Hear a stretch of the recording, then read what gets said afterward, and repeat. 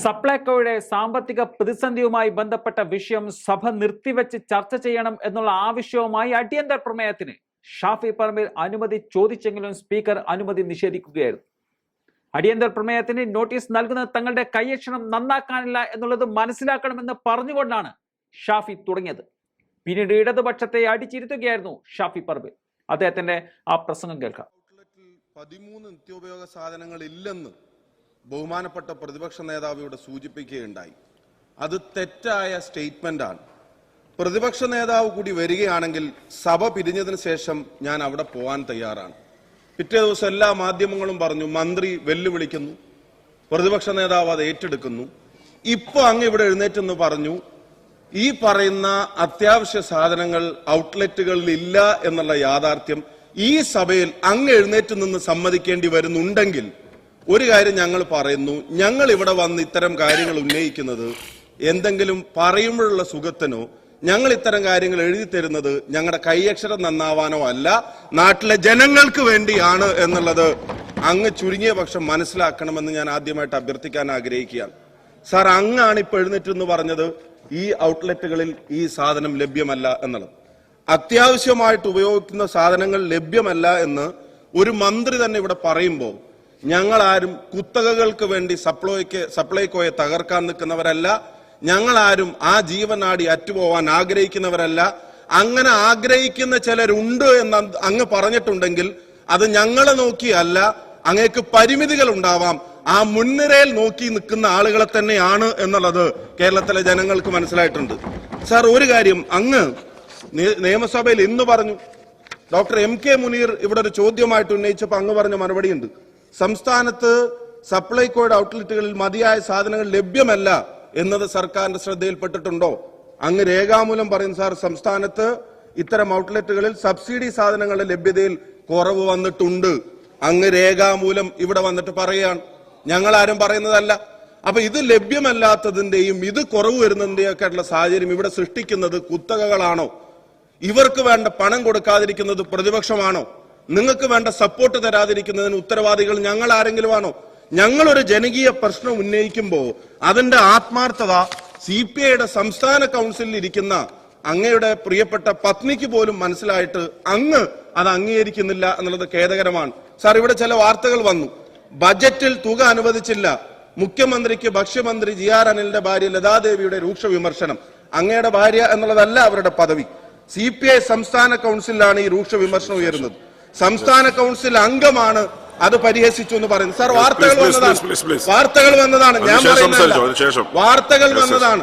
വാർത്തകളൊക്കെ ഇവിടെ ഇപ്പൊ എല്ലാരും കോട്ട് ചെയ്യാറുണ്ട്. വാർത്തകൾ വന്നതാണ് ഇതിനെ സംബന്ധിച്ച്. ഈ പറയുന്ന കാര്യത്തെ സംബന്ധിച്ച് ഒരു കാര്യം ഞങ്ങൾ പറയാൻ ആഗ്രഹിക്കുകയാണ്. സാർ, അങ്ങ് എത്ര കത്തെഴുതിയിട്ടും ഈ പണം ഈ സർക്കാർ തരുന്നില്ലെങ്കിൽ, ധനവകുപ്പ് അതിനെ പരിഗണിക്കുന്നില്ലെങ്കിൽ, അങ്ങയുടെ കൈയെഴുത്ത് നന്നായി എന്ന് CPI സംസ്ഥാന കൗൺസിലിന് തോന്നിയിട്ടും ജനങ്ങളുടെ തലയിലെഴുത്ത് മോശമായി തുടരുന്നു എന്നുള്ള വസ്തുത ദയവായി അംഗീകരിക്കണം. സാർ, ഞാൻ ഒരു കാര്യം കൂടെ പറയാൻ ആഗ്രഹിക്കുകയാണ്. അങ്ങയുടെ പരിമിതി മനസ്സിലാക്കിക്കൊണ്ട് തന്നെയാണ് പറയുന്നത്. ഈ ചോദ്യങ്ങൾക്ക് ഇവിടെ ഉത്തരങ്ങൾ തയ്യാറാക്കി തരുന്ന അങ്ങയുടെ വകുപ്പിലെ ജീവനക്കാർ, അവർക്ക് ഈ വകുപ്പിനോടുള്ള ആത്മാർത്ഥതയെങ്കിലും അങ്ങേക്കും വേണം. സാർ, വേറെ ഒന്നുമല്ല, ഇവിടെ T സിദ്ദീഖ് ചോദിച്ച ചോദ്യത്തിന് ഉത്തരമായിട്ട് പറയുന്നു, 2021-22 ബജറ്റിൽ വകയിരുത്തിയത് 150 കോടി. സാർ, അനുവദിച്ച തുക 75 കോടി. 2022-23 വകയിരുത്തിയത് 180 കോടി. സാർ, അനുവദിച്ച തുക 0. സാർ, ഞങ്ങളാണോ ഈ വകുപ്പിനെ തകർക്കാൻ ശ്രമിക്കുന്നത്? സാർ, ഞങ്ങളാണോ സപ്ലൈകോ ഇല്ലാതാക്കാൻ ശ്രമിക്കുന്നത്? സാർ, ഞങ്ങളാണോ ഇവിടുത്തെ സാധാരണക്കാരനായ അങ്ങ് സൂചിപ്പിച്ച കണക്ക് ശരിയാണെങ്കിൽ 40 ലക്ഷം പേർക്ക് കിട്ടേണ്ട ആനുകൂല്യങ്ങളുടെ വിതരണത്തിന് അവരുടെ ഈ അവശ്യ വസ്തുക്കൾ അവർക്ക് എത്തിച്ചേരുന്നതിന് തടസ്സം നിൽക്കുന്നത് ഞങ്ങളാണോ? സാർ, ഒരു സാമ്പത്തിക വർഷം 0 കോടിക്കണക്കിന് രൂപയുടെ ചെലവഴിച്ച തുക എന്ന് അങ്ങ് പറയുമ്പോൾ അങ്ങ് രേഖാമൂലം തന്ന മറുപടിക്ക് ഇവിടെ ധനകാര്യ വകുപ്പ് തന്നത് 0 ഒരു വർഷം ഈ ഡിപ്പാർട്ട്മെന്റിന് തരുന്നതിന് 0 കുത്തകയുടെ കാര്യങ്ങൾ പറയുന്നതിന് മുമ്പ്, പ്രതിപക്ഷത്തെ ആക്ഷേപിക്കുന്നതിന് മുമ്പ് ഈ മന്ത്രിസഭയിലുള്ള ഒരു കൂട്ടുത്തരവാദിത്തം നഷ്ടപ്പെട്ട നിലക്ക് ഈ വകുപ്പിനോട് കാണിക്കുന്ന അനീതിയെ ചോദ്യം ചെയ്യാൻ ഞങ്ങൾക്കൊപ്പം നിൽക്കുകയാണ് അങ്ങ് ചെയ്യേണ്ടത് എന്നാണ് ഞങ്ങളുടെ അഭിപ്രായം. സാർ, 2023-24 നിങ്ങൾ വകയിരുത്തിയത് 190. സാർ കൊടുത്ത 157. ഇനി ഒന്നും വേണ്ട, ആകെ കുടിശ്ശിക എന്ന് അങ്ങ് രേഖാമൂലം തന്ന മറുപടിയിൽ പറയുന്നു, സപ്ലൈകോക്ക് ഈ വിപണി ഇടപെടലിന് വേണ്ടി നടത്തിയ ഇടപെടലിന്റെ പേരിൽ മാത്രം രേഖാമൂലം സാർ ഞങ്ങൾക്ക് കിട്ടിയ മറുപടിയിൽ പറയുന്നത് 1507 കോടി രൂപയുടെ കുടിശ്ശികയുണ്ട് എന്ന് അങ്ങ് ഈ സഭക്ക് നൽകിയ ഉത്തരത്തിൽ പറയുകയാണ്. സാർ ആരാ ഇതിനെ തകർക്കാൻ ശ്രമിക്കുന്നത്? സാർ അതിന്റെ ഒരു മറുപടി പറയണ്ടേ? അത് മാത്രമല്ല, ഞാൻ ഈ ഉത്തരം തയ്യാറാക്കിയവന്റെ ആത്മാർത്ഥത അത് ഞാൻ എടുത്തു പറയാൻ കാരണം, മന്ത്രിക്ക് വേണ്ടി ഇത് തയ്യാറാക്കിയവരുടെ ആത്മാർത്ഥത എടുത്തു പറയാൻ കാരണം, സാർ നെല്ല് സംഭരണം ഉൾപ്പെടെ വാതിൽപ്പടി സേവനങ്ങൾ ഉൾപ്പെടെയുള്ള കാര്യത്തിൽ അവർ ഒരു കാര്യം കൂടി എഴുതിയിട്ടുണ്ട്. നെല്ല് സംഭരണത്തിൽ മുൻവർഷം ഉൾപ്പെടെയുള്ള ആകെ കുടിശ്ശിക 677 കോടി. ഈ പറയുന്ന വാതിൽപ്പടി വിതരണത്തിൽ അങ്ങ് പറയുന്ന മറ്റു സർവീസിൽപ്പെട്ടതാണല്ലോ, അതിൽ കുടിശ്ശിക 281 കോടി. സാർ അവരുടെ ആത്മാർത്ഥത അവർ ബ്രാക്കറ്റിൽ എഴുതിയിട്ടുണ്ട്. 2023-24 സാമ്പത്തിക വർഷത്തിൽ സംസ്ഥാന പ്രോത്സാഹന ബോണസ് ഈ നെല്ല് സംഭരണത്തിന് വേണ്ടി കൊടുത്തതിൽ 380 കോടി രൂപ അനുവദിച്ചെങ്കിലും ഇതിൽ 150 കോടി രൂപ ട്രഷറിയിൽ നിന്ന് വിട്ടുകിട്ടിയിട്ടില്ല എന്ന് മന്ത്രി രേഖാമൂലം മറുപടി പറഞ്ഞിരിക്കുകയാണ്. സാർ രേഖാമൂലം മറുപടി പറഞ്ഞിരിക്കുക. അതുപോലെ തന്നെ ഈ വാതിൽപ്പടി സേവനത്തിലും 85 കോടി രൂപ ഇവിടുന്ന് വിട്ടുകിട്ടിയിട്ടില്ല എന്നുള്ളത് പറയാൻ. സാർ ഇവിടുത്തെ ബജറ്റ് അവതരിപ്പിച്ചു കഴിഞ്ഞപ്പോൾ ഇത്തവണ പറഞ്ഞത് ആകെ 205 കോടി. സാർ കഴിഞ്ഞ തവണ 2000 കോടി രൂപയുടെ ഇടപെടൽ ഉണ്ടാകുമെന്ന് പ്രഖ്യാപിച്ചിട്ട് അതിൽ കിട്ടിയ തുകയും അങ്ങ് രേഖാമൂലം പറയുന്നുണ്ട്. സാർ ആരാണ് ഈ വകുപ്പിനോട് ഈ സമീപനം വെച്ച് പുലർത്തുന്നത്? സാർ ആരാണ് ഈ വകുപ്പിനോട് ഈ നയങ്ങൾ വെച്ച് പുലർത്തുന്നത്? സാർ എന്താണ് അതിന് കാരണം? ഇതിന്റെ പേരിൽ അങ്ങ് പറയുന്ന കണക്ക് തന്നെ ശരിയാണെങ്കിൽ 40 ലക്ഷം ആളുകൾ ഈ സപ്ലൈകോ ഔട്ട്ലെറ്റിലൊക്കെ പോകുമ്പോൾ അവർക്കുണ്ടാവുന്ന പ്രയാസങ്ങൾ അങ്ങ് തിരിച്ചറിയുന്നുണ്ടല്ലോ. സാർ സബ്സിഡി ഇനങ്ങളുടെ കാര്യം പറയാം. ഈ 13 ആവശ്യ വസ്തുക്കളായ സബ്സിഡി ഇനങ്ങളുടെ കാര്യത്തിൽ മാത്രം 13 ഇനങ്ങൾ സബ്സിഡി നിരക്കിൽ വിൽപ്പന നടത്തുന്ന മൂലം സപ്ലൈകോക്ക് ഉണ്ടാവുന്ന നഷ്ടമായി അങ്ങ് പറയുന്നു 879 കോടി രൂപയുടെ നഷ്ടമുണ്ടാവുന്ന അങ്ങ് പറയുന്നു. അങ്ങ് പറയുന്നത് കോടിക്കണക്കിന് രൂപ ഞങ്ങൾ വർദ്ധിപ്പിച്ചുകൊണ്ടേയിരിക്കും. സാർ 2022-23 സബ്സിഡി ഇനങ്ങൾ വാങ്ങുന്നതിന് വേണ്ടി 1427 കോടി രൂപ നീക്കി വെച്ചു എന്ന് പറഞ്ഞു. എന്നാൽ 23-24 ആയപ്പോഴത്തേക്കും അത് 565 കോടിയായി. ഒരു വർഷം തന്നെ 862 കോടി രൂപയുടെ കുറവാണ് സാർ വരുത്തുന്നത്. 862 കോടി രൂപയുടെ കുറവ് ഇതിനകത്ത് വരുത്തുക. സാർ ഞാൻ ഒരു കാര്യം വിനീതമായി അഭ്യർത്ഥിക്കാൻ ആഗ്രഹിക്കുകയാണ്. ആൾക്കാർ മാവേലി സ്റ്റോറിൽ പോകുന്നു, അവിടെ ഈ സാധനങ്ങളില്ല, തിരിച്ചു വരുന്നു. വഴിയിൽ നിൽക്കുന്നവൻ ചോദിക്കുന്നു എവിടെ പോയിട്ട് വരിക? അത് മാവേലി പോയിട്ട് വരിക. എന്തെങ്കിലും കിട്ടിയോ? ഒന്നും കിട്ടിയില്ല. സാർ ദയവായി മാവേലിയെ പറയിപ്പിക്കുന്നു നിർത്തണം. കെ വെച്ചിട്ട് എന്തെങ്കിലും ഒരു പേര് ഇതിന് വിട്ടാ ആളുകൾക്ക് വലിയ പ്രതീക്ഷയുണ്ടാവില്ല. മാവേലിയെ പറയിപ്പിക്കുന്നെങ്കിലും ചുരുങ്ങിയ പക്ഷം നിർത്താൻ പറ്റും. മാവേലി സ്റ്റോറിൽ പോയാൽ ആളുകൾക്ക് കാര്യങ്ങൾ കിട്ടുന്നില്ല. സാർ CPIയുടെ കെ സ്റ്റോറിന് എന്തോ പേരാക്കാൻ ഉദ്ദേശിക്കുന്നു എന്ന് പറഞ്ഞു. സാർ ഒരു കുഴപ്പമില്ല, നല്ല പേരാ. അതാവുമ്പോ വലിയ പ്രതീക്ഷയൊന്നും ആളുകൾക്ക് ഉണ്ടാവില്ല. സാർ ഈ KSRTCയുടെ റൂട്ടിലൂടെ ഈ സപ്ലൈകോയെ ഓടിക്കുന്നത് ഈ ഗവൺമെന്റ് നിർത്തണം. വേണ്ടത്ര സഹായം കൊടുക്കണം.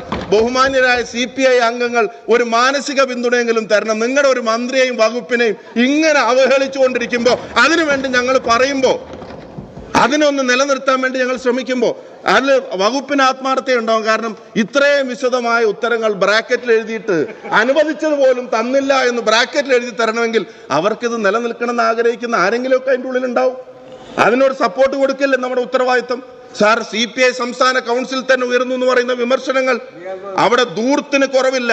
മുഖ്യമന്ത്രിയുടെ കാലിത്തൊഴുത്തിനും പശുക്കൾക്കും പാട്ട് കേൾക്കാനും ഒക്കെ കോടികൾ ചെലവിടുന്നു എന്ന് ശ്രീ VP ഉണ്ണികൃഷ്ണൻ വിമർശിച്ചു. വാർത്തകൾ എനിക്ക് അറിഞ്ഞൂടാ, അതിന്റെ ഉള്ളിൽ നടക്കുന്ന കാര്യങ്ങൾ എനിക്ക് അറിഞ്ഞൂടാ. സാർ ഞാൻ പറയുന്നു എനിക്ക് അറിഞ്ഞൂടാ, വാർത്തകളാണ്. സാർ CPI സംസ്ഥാന കൗൺസിൽ നിരീക്ഷിച്ചാൽ, CPI സംസ്ഥാന കൗൺസിലിൻ്റെതായി പുറത്തു വരുന്ന വാർത്തകൾ ശ്രദ്ധിച്ചാൽ സാർ ഒരു കാര്യം മനസ്സിലാക്കാം. ഇവിടെ ആകെ വിലക്കുറവുണ്ടാവുന്നത് കേരളത്തിന്റെ മുഖ്യമന്ത്രിക്ക് മാത്രമാണ് എന്നുള്ള കാര്യത്തിൽ ആർക്കും സംശയം ഉണ്ടാവില്ല. ബാക്കി എല്ലാത്തിനും വിലക്കയറ്റമാണ്. ഇങ്ങനെയാണ് ഈ വകുപ്പിന് നിലനിർത്താൻ സാധിക്കുന്നത്. ഞാൻ സാർ ഒരു പ്രധാനപ്പെട്ട കാര്യം കൂടെ പറയാം. സാർ കേരളീയത്തിനും 10 കോടി, സപ്ലൈകോയുടെ നവീകരണത്തിനും 10 കോടി. കരാറുകാരുടെ കുടിശ്ശിക സാർ 792 കോടി രൂപ കരാറുകാർക്ക് കൊടുക്കാനാ. അവരെങ്ങനെയാ സാറേ ടെൻഡറിൽ പങ്കെടുക്കുക? കഴിഞ്ഞ മാസം ഏപ്രിൽ മുതൽ ഈ കാര്യങ്ങൾക്ക് അവൈലബിലിറ്റി കുറവുണ്ട്, പലയിടത്തും ലഭ്യമല്ല. ഇപ്പൊ ഏപ്രിൽ ആവാനായി, ഒരു വർഷം. ഇനി നിങ്ങളുടെ പുതിയ കമ്മിറ്റിയുടെ ശുപാർശ നിരക്ക് വർദ്ധിപ്പിക്കാനാണ് പറയുന്നത്. അത് ലോക്സഭാ തെരഞ്ഞെടുപ്പ് വരെ നിങ്ങൾ നടപ്പിലാക്കില്ലായിരിക്കും. അത് കഴിഞ്ഞ് പ്ലാൻ ബി അത് കഴിഞ്ഞ് നടപ്പിലാക്കി വരുമ്പോഴത്തേക്കും പിന്നെ 5-6 മാസം. സാർ, ഈ 1.5 കൊല്ലം ഈ വസ്തുക്കൾ, അവശ്യ വസ്തുക്കൾ ജനങ്ങളിലേക്ക് എത്തുന്നില്ല എന്നുള്ള യാഥാർത്ഥ്യത്തെ എങ്ങനെയാണ് സാർ? ഞാൻ ഒറ്റ കാര്യം കൂടെ പറഞ്ഞ് അവസാനിപ്പിക്കുകയാണ്. സാർ, നെല്ല് സംഭരണം സപ്ലൈകോ ഏൽപ്പിച്ചിട്ടുള്ള ഒരു പ്രധാനപ്പെട്ട കാര്യമാണല്ലോ. സാർ, ഈ ബജറ്റ് ഇവിടെ അവതരിപ്പിച്ചു.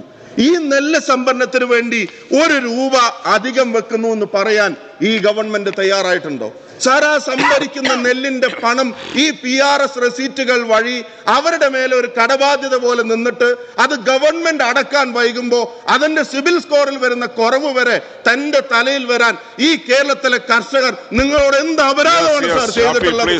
ഒരു വർധനം സാർ, ഞാൻ കർഷകരുടെ പ്രശ്നം ഞാൻ വേറെ ഒന്നും പറഞ്ഞില്ല, അവസാനിപ്പിക്കുക, ഞാൻ കൺക്ലൂഡ് ചെയ്യും. സാർ, എന്ത് അപരാധമാണ് അവർ ചെയ്തിട്ടുള്ളത്? സാർ, 10 പൈസയുടെ ഒരു സംഭരണത്തിന് അധിക വില കൽപ്പിക്കാൻ തയ്യാറായിട്ടുണ്ടോ? സാർ, എന്ന് മാത്രമല്ല, അങ്ങ് കഴിഞ്ഞ തവണ പറഞ്ഞു ഇന്ത്യ രാജ്യത്ത് മറ്റൊരു സംസ്ഥാനവും ഇതുപോലെ സംഭരിക്കുന്നില്ല. സാർ, ശരിയാണ്, 2 ഗവൺമെന്റുകളും അക്കാര്യത്തിൽ നിലപാടെടുത്തിട്ടുണ്ട്. ഞാൻ എന്റെ ലാസ്റ്റ് കൺക്ലൂഡിംഗ് സ്റ്റേറ്റ്മെന്റ് ആണ്. 2016 നെല്ല് സംഭരിക്കാനുണ്ടായിരുന്ന സംസ്ഥാന വിഹിതം 15-16 7 രൂപ 40 പൈസ. സംസ്ഥാന പ്രോത്സാഹന വിധം 16-17 ഉണ്ടായിരുന്നത് 7 രൂപ 80 പൈസ. സാർ, ഇപ്പോ അത് 6 രൂപ 37 പൈസയായി കുറച്ചു. കേന്ദ്രം കുറക്കുമ്പോൾ അതിന്റെ ആനുകൂല്യം കർഷകർക്ക് കിട്ടാതിരിക്കാൻ ഇവിടെ കുറവ് വരുത്തുന്ന അവസ്ഥ കർഷകന്. സാർ, അവന് വെള്ളം വിട്ട് കിട്ടണമെങ്കിൽ സമരം, അവന് നെല്ല് സംഭരിക്കണമെങ്കിൽ സമരം, സംഭരിച്ചതിന്റെ പൈസ കിട്ടണമെങ്കിൽ സമരം. അധ്വാനിച്ച് നെല്ലുണ്ടാക്കുന്ന പാവപ്പെട്ട കർഷകനോടുള്ള ഈ സമീപനം ശരിയല്ല. നെല്ലിന്റെ സംഭരണ വില മന്ത്രിയുടെ മറുപടി പ്രസംഗത്തിൽ അത് ഉയർത്താൻ തയ്യാറാവണം. PRS റെസീറ്റുകൾ വഴിയല്ലാതെ സംഭരണത്തിന്റെ പൈസ ഒരാഴ്ചക്കുള്ളിൽ കർഷകന് നേരിട്ട് കിട്ടുന്ന സംവിധാനം ഉണ്ടാക്കണം. അതിനൊക്കെ സപ്ലൈകോക്ക് കൊടുക്കാനുള്ളത് കൊടുക്കണം. ഇതിന് ദയാവധം പ്രഖ്യാപിച്ച് അതിനെ തൂക്കിക്കൊല്ലാൻ കാത്തിരിക്കുന്ന തരത്തിലുള്ള സമീപനം തിരുത്തണം. ഈ പ്രശ്നം സഭ നിർത്തിവെച്ച് അടിയന്തരമായി ചർച്ച ചെയ്യണമെന്ന് ഞങ്ങൾ ആവശ്യപ്പെടുന്നു.